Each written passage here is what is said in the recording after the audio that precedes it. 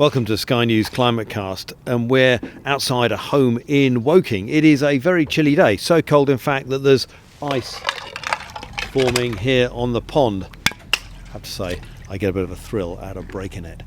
We're here because we're doing a story about home heating and how we can keep our houses toasty even when the weather outside is like it is today. Let's go inside. I'm standing in the kitchen of Shah Mareem's house in Woking. I say the kitchen, you wouldn't be able to cook anything in it at the moment. The pots and pans are in the sink, but they're all underneath plastic sheeting, as are all the units, as is the furniture. The lights are hanging from the ceiling by their own cables, and this is all because she's having a heating system change. She's replacing this gas boiler here on the kitchen wall with an air source heat pump. And we'll be having a word with her in a minute and asking her why she's done it, but let's have a quick guided tour about some of the other work that goes alongside this. There are some folk here working on the radiators. What are you doing with this one? I'm just installing the radiator. Okay. Are these radiators bigger than the ones you're in before? Yeah, when you're putting air source heat pump in, because it runs at a lower temperature, you put bigger radiators in. But apart from that, do they go onto the old pipe work? Yeah, it all goes on the same pipe work. Oh well, here it is. Nice radiator, not hot yet. There is also a new water tank going in upstairs. It's a little bit bigger usually for an air source heat pump. We may as well just go up and have a look at that. Past the builder's kettle on the stairs. Thank you. I just took a picture of the neatness in the airing cupboard. Well, it's just coming into here. You can see there's a bit of new copper work going on here. Quite a maze of pipes, but otherwise it's a sort of boiler the size of a sizable household one. So it's about 3/4 of my height, so about a metre 50 or so, something like that. And we may as well go out and see the heat pump itself. Sharma's having this work done really quite quickly. She wants it all done in basically 2 weeks, and so they've got the plumbers, the painters, the electricians, the people doing the insulation, the whole works. Let's go out and see the heat pump. Now we're going to have to very carefully go past the painter. Can I just squeeze past you? Sorry mate, I'm constantly in your way. Thank you. Just go out the sliding door. And here's the heat pump. So it's a box on the outside of the house. Looks similar to an air conditioner, a big air conditioner I'd say. This one's about a metre high, 1.20 across. Clearly got a sort of fan entry on one side.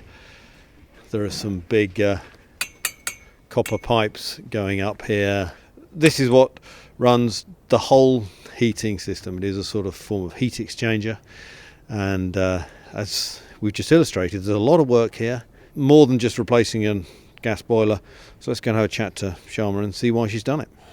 Well, at first, the plan was to replace this boiler. I came across the story online around the government grants provided for air source heat pumps. So I started looking into it. The more I looked into it, the more I thought this makes sense to get rid of the boiler.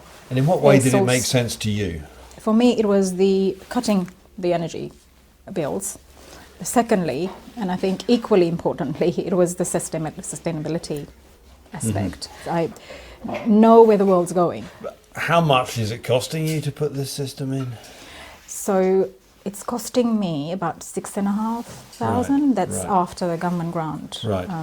subsidy, and that's including providing the additional insulation Right. in the loft. So for you, that 6,500 is covering the insulation, the pump itself, the Yes, radiators, yes. and the big tank upstairs? And the water tank, and that was, I guess that's what sold it to me, because of the stage I'm at in the renovation. Getting all of that done in that cost just was, then numbers wise, it just stacked up. So it was cost effective to do everything now, plus get that the benefits of the future. When you looked at replacing this, just a straight replacement, how much was that going to cost? That was going to cost me the cost of the boiler, and so it was about 3,500. 3,500. Yeah. You said one of the main drivers was reducing future energy bills. Have you got an idea how much lower they'd be with a heat pump? 25% is what my research. And when it's all done and this is hopefully up and running, what are you thinking the house is going to feel like? I think it'll be very cosy, warm, and I'll have made the right decision. How does a heat pump work? Well, I'm not going to do the full physics here, but basically it extracts warmth from the outside air or the ground. Incidentally, that can even happen when the outside air or ground is really very cold. Then it intensifies that heat with a heat exchanger and circulates it round your home, keeping it warmer. Come summer, it can actually reverse the process and work a bit like an air conditioner.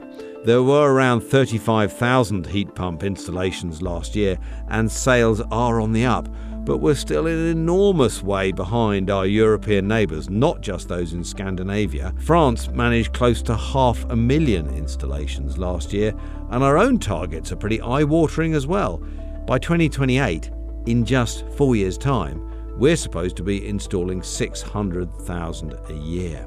So why are we so far behind? Is it just the price or a reluctance to change, or have heat pumps just got a bad name? Jenny Russon is from the MCN Foundation, and they help communities decarbonise their homes. Let's just look at some things that are being said about heat pumps. Mm-hmm. They're really noisy? No. The maximum noise that a heat pump can get to is 42 decibels, the equivalent of whispering in a library. They don't make radiators hot? This one kind of is true, but I think it's really important to reinforce that heat pumps, the way they're designed, they work very differently to gas boilers.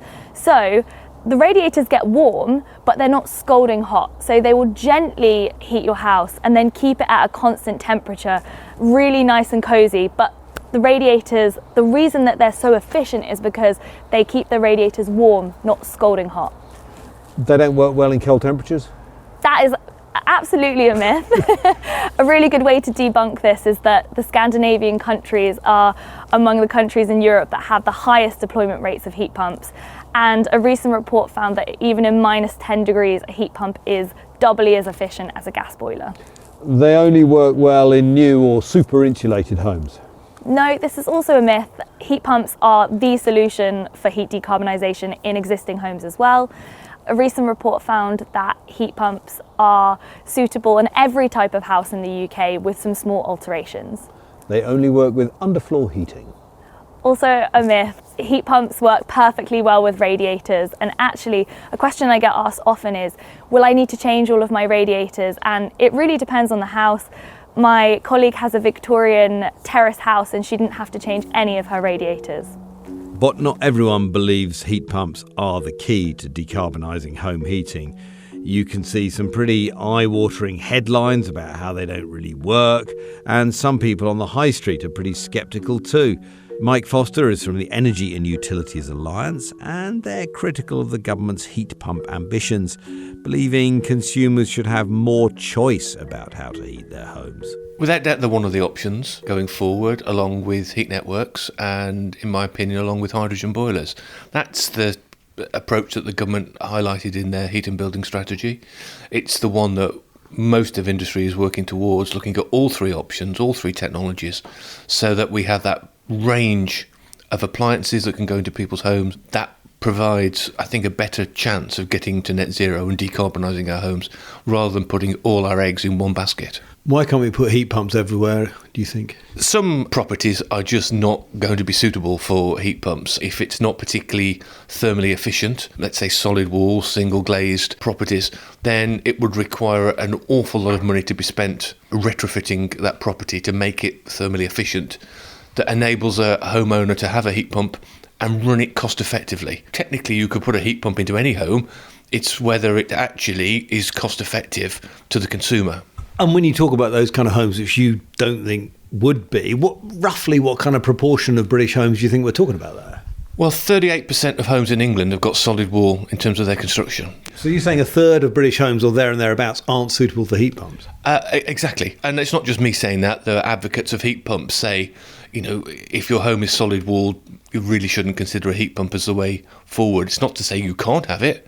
You might want to have it for other reasons. You want to drive down your carbon emissions in your property, but it won't be a cost-effective way of heating your home and providing hot water. There are other properties that have got space requirements that they literally do not have that outdoor space for the outdoor unit that goes with a heat pump, and that is a restriction. There's probably 40% plus of homes that are just not going to be suitable for heat pumps, and therefore you have to have an alternative. Really, that number, I'm wondering if that's actually plausible or reflects the sort of gas interest in your background, because, I've heard that basically heat pumps work well in lots of properties. They work across Scandinavia. They work better if you're better insulated, but then that's true of a gas system as well. The difference, if we were looking at places like Sweden and other parts of Scandinavia where there are more heat pumps fitted into people's homes, they don't have a gas network, whereas the UK has a gas network, and therefore the solution for those properties may well be using a gas pipe that's already, the infrastructure is in place, so you can pipe that gas, zero carbon gas that is, into their homes as a very cost-effective way of decarbonising, and it's certainly cheaper as well. You talk about zero carbon gas, you're talking about hydrogen here. I mean, that's in effect becoming wishful thinking on your part. I mean, we had the Infrastructure Commission saying it's not viable for home heating, and the government seems at the very least to be going cold on it. I mean, the National Infrastructure Commission's report was flawed in its assumptions around decommissioning the gas networks, because gas networks don't just provide gas to people's homes, they provide gas to industry, they provide gas to commerce, they provide gas to crematoria. Now, if you're going to replace the type of fuel that they use, some businesses, some organisations just will not be able to operate without a gas network providing a gas. Well, I don't want to get too deep into the hydrogen argument, not least because we've done it before. People can listen again on previous episodes of ClimateCast.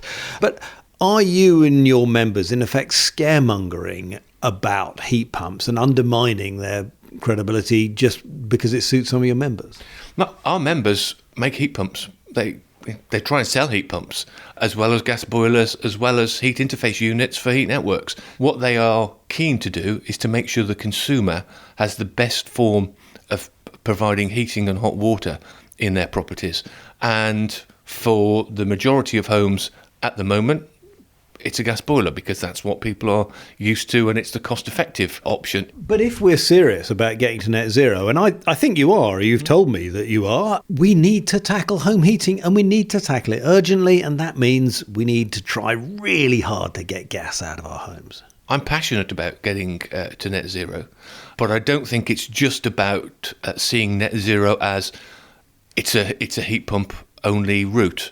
I think if you go down that route, you will find that we fail to get to net zero. I mean, firstly, there's the expense for the individual consumer. That's a massive obstacle.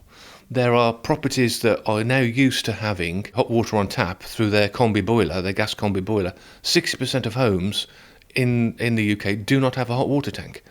They've got to find space to have a hot water tank.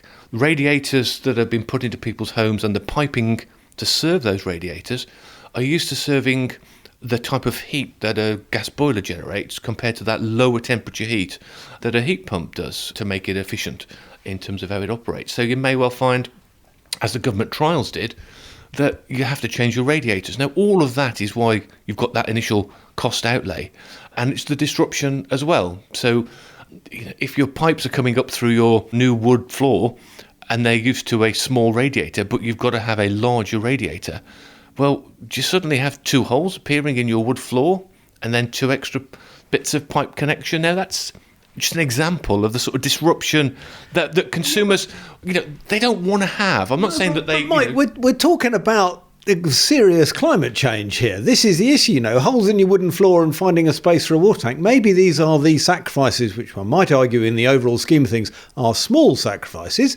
that people are going to have to make if we're going to have a healthy climate. And that's going to be the job of politicians to articulate that, to say that people have got to make that sacrifice. And if they're going to go down the route of a heat pump, then they also have to say where the money's going to come from to fund the heat pump. Given that the government is so keen on heat pumps, I wanted to see how they responded to the questions both over their affordability and desirability. Time for a chat with the Energy Minister, Lord Callanan. We're seeing some pretty hairy headlines out there about the failures of heat pumps and quite a lot online as well. Do you think misinformation is being spread on heat pumps? I think misinformation is very definitely being spread, and some people are funding campaigns of misinformation. There's a lot of that around. But satisfaction rates of people that have installed them are sky high. I mean, the survey was done last year, 92% of people are happy with their installation. And a lot of the information that's out there is just nonsensical, that they don't work in the UK climate. The biggest number of heat pumps installed in Europe is in Norway. And obviously we know the temperatures in Norway compared to the UK. Why do you think these myths, as you'd call them, have such traction, not least on your own backbenches in the Conservative Party? There are one or two people that are taken in by the misinformation that's being spread, primarily by people with vested interests, I have to say. This is the oil and gas business. In maintaining current, I'm not going to mention names, but people have a vested interest in maintaining our current supplies of gas boilers and the like. One of the people we spoke to said, it's okay, I'm going to wait for hydrogen to be rolled out. It's pretty unlikely to happen for her, isn't it? It is, yeah. I mean, there is no way that we could replace our current gas heating system with hydrogen. It would be expensive, it would be inefficient. We just took the decision recently to not proceed with the hydrogen heating trial that we had lined up because of cost and unavailability of hydrogen. So it's clear that the majority of our decarbonisation will be electrification. It's cheaper, it's more efficient, it's better for our security of supplies. And that will be the primary means that we will proceed by heating our homes in the future. With such a fundamental change in technology, with something as close to us as how we heat our homes, it's perhaps not surprising there is some debate over this. But there are definitely happy customers out there, and I'm on my way to meet one. We've come a few miles west of Woking to Fleet, to someone who's actually had a heat pump installed and is living with it right now. I can actually see the pump mounted on the edge of the house here, and you can feel a cold breeze blowing out, but that's how it's supposed to work. It's kind of like the reverse of a fridge. The cold on the outside and the warm very much on the inside. Well, let's knock on the door and meet the person who lives here, and that's Peter Curtis. Hello. Hello, I'm Tom. Nice to see you. Hello, Tom. Peter. Have a seat, Tom. Take a seat on the sofa there. Well, I saw your heat pump on the outside when I walked in, but tell me, how long have you had it and why did you decide to put it in? Well, it was installed around the beginning of September. We decided to put it in because our old gas boiler expired, and I was looking around at what alternatives there might be, and I was very taken with what I'd seen and some of the stuff I'd seen on YouTube, and decided to go ahead with it as a result of that. Well, I've just been in your house for a couple of minutes, but it feels very warm and toasty to me, and I can see from your thermometer that it's 22 degrees. But how have you found it? I found it very, very nice. My wife is even more excited about it because from first thing in the morning when you wake up, if I come down and make a cup of tea, I don't need to put my dressing gown on. I can come down to the kitchen and everywhere it's the same temperature. But it's just such a nice temperature to walk around the house and go into any room and do whatever you want in any room. And how much work have you had to do in the house? The main thing I had to do to get the energy performance certificate up to C was loft insulation. And the only other thing, that all of the radiators were changed from what were old single panel radiators to the more efficient double panel, double fin radiators. Mm-hmm. And a little bit of extra work there. How much was the overall cost of the project? The overall cost was around £15,000, but the government's grant has just gone up to £7,500. So a bit more than a replacement boiler would have cost you. What was it that prompted you to make the switch? Yes, it was a little bit more. I think it probably, to get a good boiler in, probably would have been £4,500 or something like that. But I thought it was worth paying for something that I actually think is going to reduce our costs. And how have you found the bills so far? Well, the bills have come down. We're using probably 2/3 of the energy cost that we had before. Was cost the only reason, or was there other motivations for doing it? No, I think it's the right thing to do. I think, we've got 3 very young grandchildren, and I really worry about the warming of this country. You just think, what's it going to be like if we don't all do what we can to stop burning fuels, try and use things like heat pumps. But from what you're saying, it is, if you like, enlightened self-interest. So it is good for the planet, but you think pretty soon it's going to pay back as well with lower bills. Oh, I'm convinced it will do. The initial cost is a bit of a difficult obstacle for some people, but it's definitely going to reduce bills. What did your friends or family say when they knew you were thinking about this? I think there's a lot of misinformation. It's like a lot of things these days. Everybody knows somebody who's had a bad experience about something, and we're not really very good at change. Do you think you've possibly converted some of the sceptical friends? Well, I hope so. I'm certainly quite evangelical about it to people, but then I can point to experience, and I'm very happy to show people what we're doing here, and I'll be quite open with anybody who wants to know about it. Well, I must say it's very comfortable. It's making me a little bit snoozy, actually. It's so tasty. Gas central heating is by far the dominant way that most of us heat our homes in the UK. And the business has gone out of its way to make gas feel like our friend. Some of you may remember those adverts quite a few years back now with a happy, smiley blue and orange flame. And there was a whole privatisation of gas before that made it seem like ours, something we own, something that was part of being British. So it's perhaps not surprising that getting it out of our homes is very difficult. We have got, if you like, an affection for it. And heat pumps work in a different way. They're not quite so sort of toasty. They provide a gentler, more overall heat. And that's just different. And when we change things as fundamental as how we heat our homes and how we feel when we come into our own place, it's perhaps not surprising that we love what we know. But there seems no doubt that heat pumps are more efficient when it comes to the sheer physics of them, and depending on the price of electricity, could be cheaper. But there is still a very long way to go to get all the installations in place that we need if our home heating is going to do its bit to meet our carbon cutting and climate targets. Well, that's it for this week's ClimateCast with me, Tom Heap, and the episode was produced by Emma Ray Woodhouse and Gemma Watson.